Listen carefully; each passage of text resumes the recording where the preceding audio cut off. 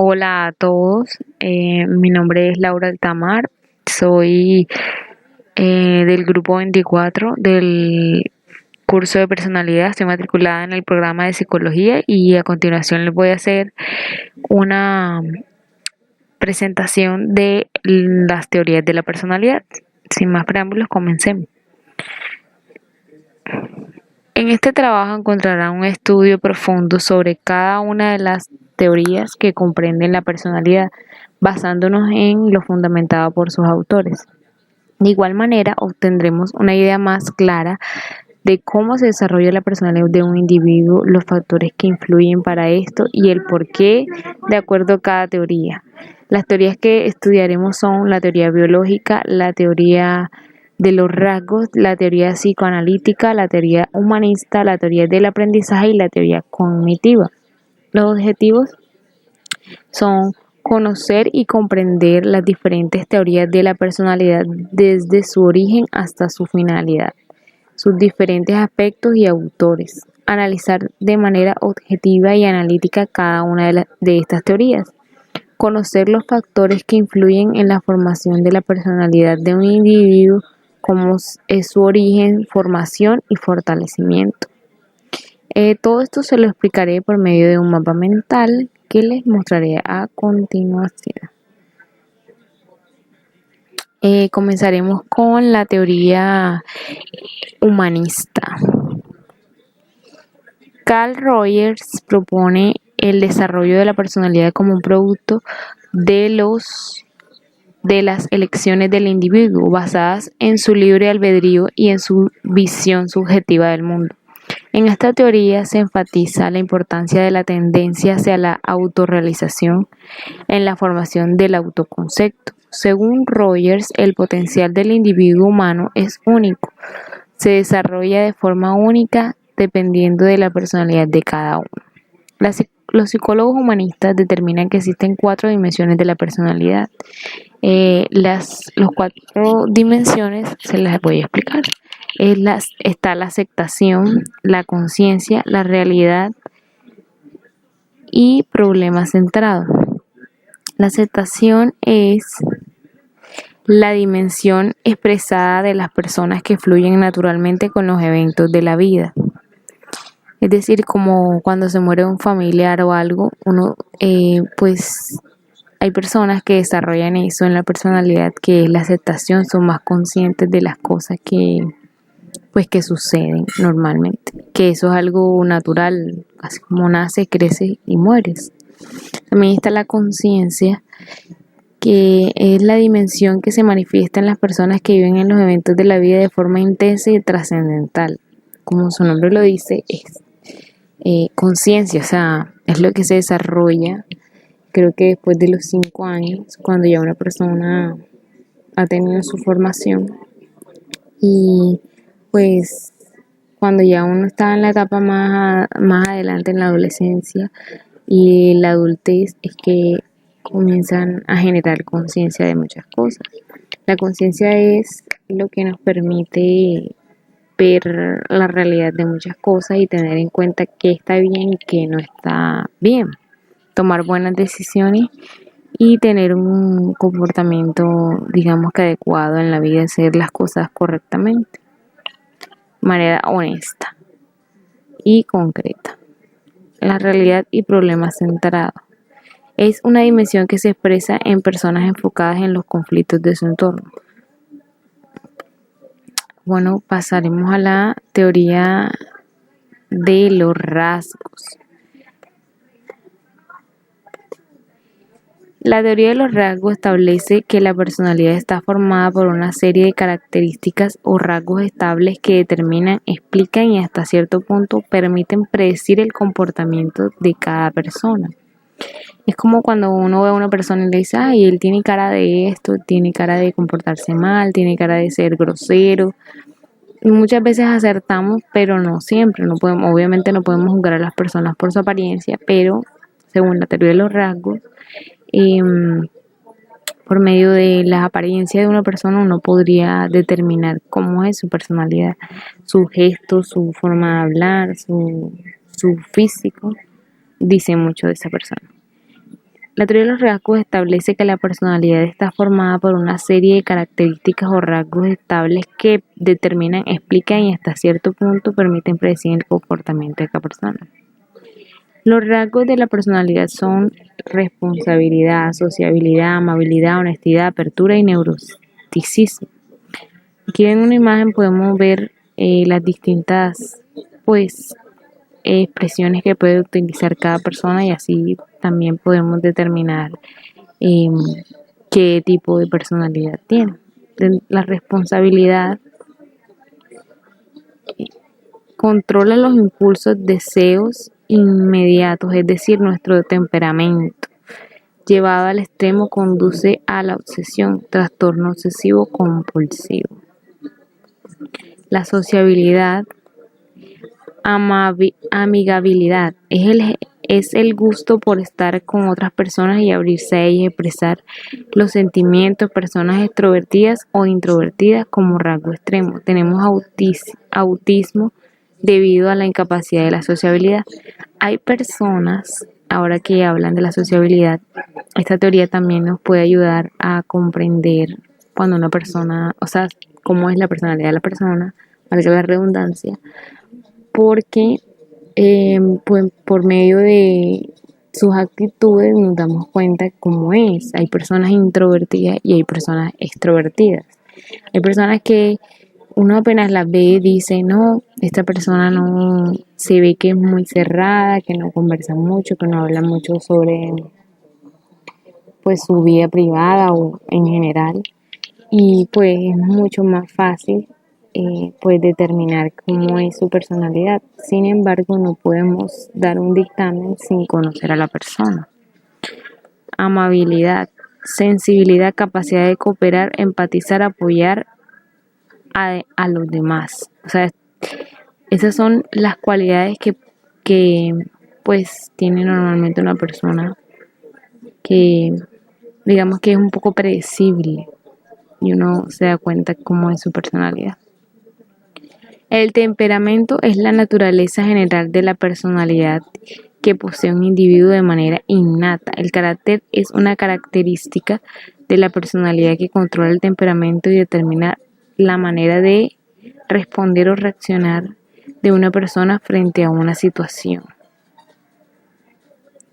Circunstancias según su educación, cultura, entorno, etc. La apertura, creatividad, imaginación, flexibilidad y capacidad de adaptación. Todas estas cualidades surgen durante el crecimiento y el desarrollo del ser humano, de acuerdo al entorno en que se rueda. Recordemos que hay personas que no tienen un entorno positivo o sencillamente no tienen un entorno que es fácil y pues se les dificulta desarrollar ciertas cosas en la personalidad y ahí cuando conocemos a una persona que tiene trastornos en su personalidad o también por genética o problemas biológicos, tienen trastornos que no hace que no desarrollen muchas de las cualidades que hablan cada una de estas teorías. El neuroticismo es la estabilidad emocional, capacidad de responder a los estímulos de manera proporcionada a la respuesta desproporcionada, es característica de los hipocondríacos. Bueno, pasaremos a la teoría psicoanalítica, que el padre de esta teoría, el pionero fue Sigmund Freud, y esta teoría hace hincapié en la importancia de los motivos, emociones y otras fuerzas internas que suponen que la responsabilidad se desarrolla a medida que los conflictos psicológicos se resuelven, por lo general durante la niñez.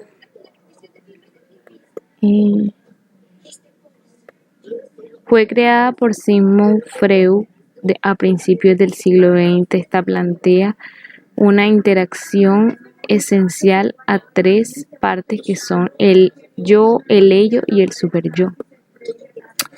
El yo es la parte que intenta satisfacer las demandas del yo de forma realista, o sea, somos nosotros. El ello es la parte de la personalidad que busca satisfacer inmediata. Es como cuando uno tiene un diablito y un angelito, o sea, el diablito y el angelito de uno, el ello y el super yo.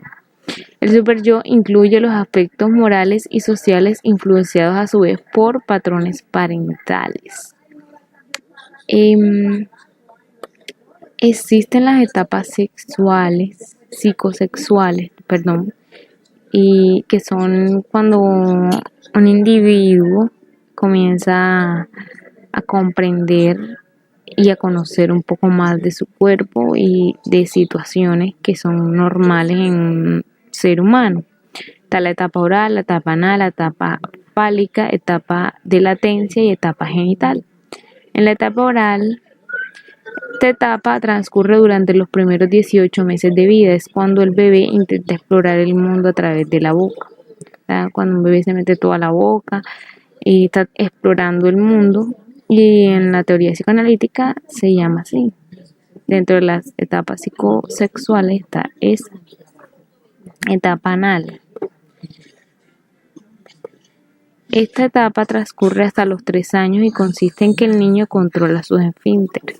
Cuando el niño ya va al baño por sí solo, pues hace sus necesidades como una persona mayor que va sola al baño y hace todas esas cosas.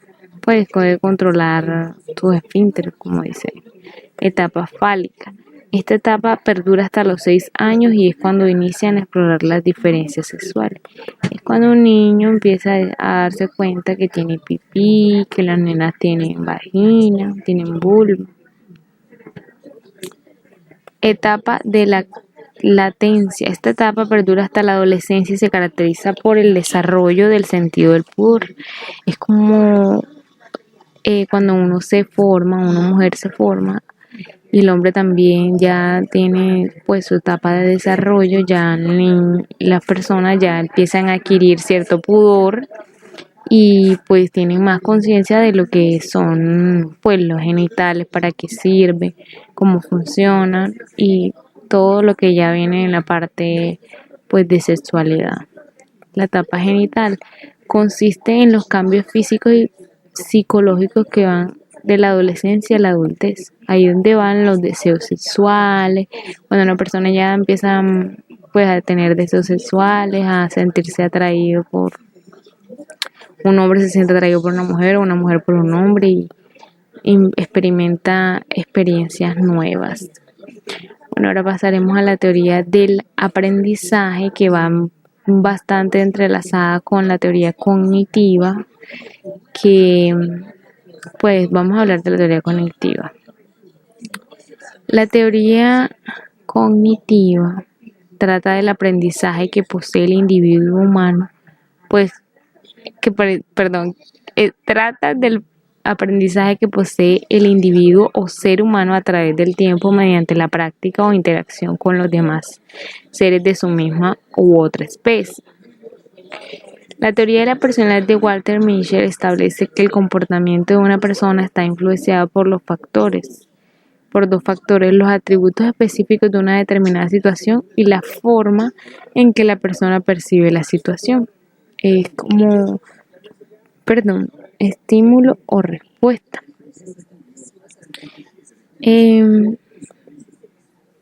Según la teoría cognitiva, la personalidad, se entiende desde el punto de vista de las creencias que el sujeto elabora conceptos y formas, además de las explicaciones de los acontecimientos.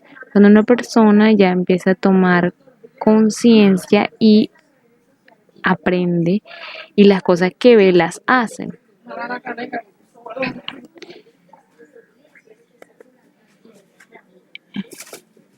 Según Mischel, existen 5 variables de las personas que contribuyen a las condiciones de una situación determinada son utilizadas para predecir cómo es más probable que se comporte una persona. O sea, según sus acciones, su forma de pensar, su forma de comportarse, demuestra muchas cosas. Competencias están dentro de los factores que habla Walter Mischel. Esto se refiere a nuestras actitudes intelectuales, así como también nuestras habilidades sociales. Estrategias cognitivas son las diferentes percepciones de un determinado evento. Por ejemplo, lo que puede ser amenazador para ti puede ser desafiante para otra persona. Los valores subjetivos es el valor respectivo de cada resultado posible de diversos comportamientos. Sistema de autorregulación es el conjunto de reglas y normas a las que las personas se adaptan para regular su comportamiento. Y están las expectativas. Un momento. Están las expectativas, que esto se refiere a los resultados esperados de los diferentes comportamientos objetivos por persona dentro de su mente. Aquí podemos ver una imagen de lo que hablábamos de que ya cuando un individuo tiene, digamos, de 5 o 3 años en adelante, pues ya empieza a hacer lo que ve. Y por eso decía que esto está entrelazado con la teoría del aprendizaje. La teoría del aprendizaje, los teóricos Bandura y Rotter consideran que el individuo y el ambiente influyen mutuamente, incluyen las cogniciones en el análisis de la conducta porque piensan que las personas planifican sus actividades, tienen expectativas e interpretan situaciones. Así como en la teoría cognitiva, las personas pues desarrollan su personalidad de acuerdo al entorno en que crecen y en que pues se van formando. La personalidad de una persona pues tiene mucho que ver el entorno en que te formas. La familia son pues la base de muchos comportamientos y actitudes que puede tener una persona a la hora de formar su personalidad. Esto también los estimula el entorno de pues con la persona que construyes tu vida desde niño, porque tus padres te estimulan, te dan ánimo y hacen cosas que hacen que un ser humano fortalezca su personalidad. Potencial conductual. Estos son algunos de los factores que que manifiesta una persona en el desarrollo del aprendizaje, según la teoría del aprendizaje, valga la redundancia. Es la probabilidad de que una conducta específica suceda en una situación determinada. Surge en función de la expectativa del refuerzo que seguirá la conducta y del valor del refuerzo que tenga cada sujeto para el sujeto.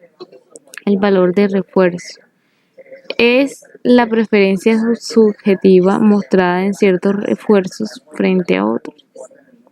Situación psicológica. Depende de cómo cada individuo interpreta y percibe la situación que vive, es decir, la importancia de la situación queda plasmada por la capacidad del individuo para adaptarse a los cambios. Ambientales también discriminar unas situaciones de otras y así evaluar las consecuencias de sus actos. Era lo que le decía, que depende del entorno en que una persona se cría, se van forjando los valores, se le sirve, pues, le forjan los valores en la sensibilidad, la importancia de de tomar conciencia de muchas situaciones, la realización de sueños, la formación de sus sueños, de sus metas, y genera muchas expectativas del individuo. Es la probabilidad de obtener un refuerzo realizando una conducta determinada según la experiencia. Puede ser una experiencia interna o externa. Pasaremos a la teoría biológica. Hans Eysenck fue uno de los primeros psicólogos en analizar las diferencias de la personalidad utilizando un método psicoestadística, análisis factorial, y su investigación lo llevó a creer que el temperamento tiene una base biológica. Aquí tengo una ilustración de cómo antes pues determinaban si una persona era amargada, una persona era triste, una persona era de carácter fuerte o temperamento fuerte, de acuerdo al organismo o de acuerdo al organismo. La teoría biológica, según Ace, la conducta está determinada por unos atributos relativamente estables que son las unidades fundamentales de la personalidad, porque disponen a una persona a actuar de manera determinada. Esto significa que los rasgos deben ser coherentes a través de situaciones y con el tiempo pueden variar entre los individuos. Es decir, una persona puede forjar su personalidad y primero ser una persona alegre. Ponemos el caso de la película Intensamente, una niña que comenzó con una emoción que fue la alegría, luego fue desarrollando la tristeza, el desagrado, el miedo, el enojo, y pues todos estos factores influyen en el desarrollo de una personalidad. Factores que influyen en la personalidad, en el desarrollo de la personalidad según la teoría biológica: la genética, infecciones, defectos cerebrales o lecciones, el daño parental, el abuso de sustancias. Estos son los factores que podrían afectar el desarrollo de la personalidad. Esto era lo que le comentaba de los factores, pues de los signos que encontraban anteriormente para explicar cuando una persona era pues triste, una persona estaba triste, aburrida o manifestaba esas emociones. Lo veían por medio del organismo y tenían esos nombres: sanguíneo, flemático, melancólico, colérico. Y les diré cuál es. Sanguíneo. El temperamento sanguíneo se asocia tradicionalmente con el aire. Las personas con este temperamento tienden a ser animados, alegres, preocupados, habladores y la búsqueda del placer. Y siempre están en la búsqueda del placer. Pueden ser de buen corazón y optimistas. Era lo que les comentaba. Y en personas extrovertidas y personas introvertidas, por medio de estos factores, estos índices, estos modelos que nos muestran las teorías, podemos identificar más claro cómo es cada persona. Colérico. El temperamento colérico se asocia tradicionalmente con el fuego. Las personas con este temperamento tienden a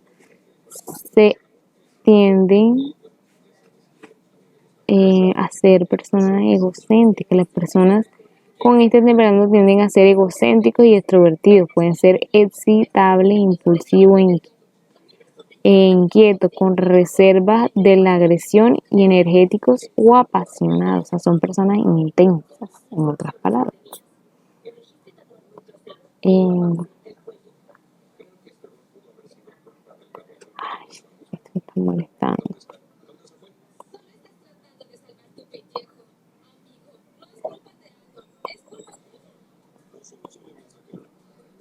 Ay, un momento.